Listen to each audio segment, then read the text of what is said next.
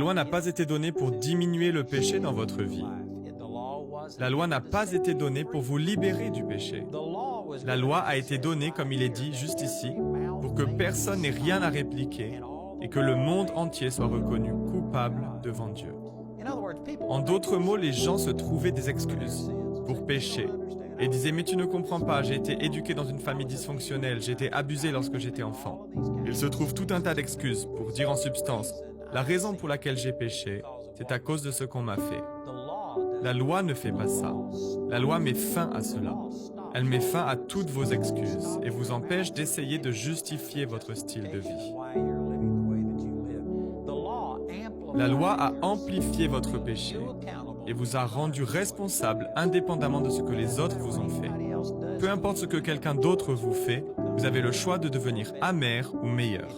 C'est votre choix. Et je sais que ce n'est pas populaire, ce n'est pas ce qui est dit dans notre monde aujourd'hui, mais c'est ce que la Bible dit. La loi vous empêche de trouver des excuses et elle vous rend coupable aux yeux de Dieu. Voilà le but de la loi. La loi n'a pas été donnée pour vous rendre libre de la culpabilité et de la condamnation. La loi a été donnée pour apporter la culpabilité et la condamnation.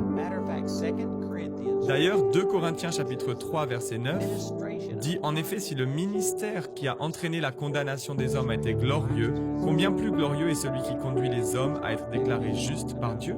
Et si vous le replacez dans son contexte, cela parle de la loi. On le voit dans 2 Corinthiens chapitre 3 verset 7 qui parle des lettres qui ont été gravées sur des pierres.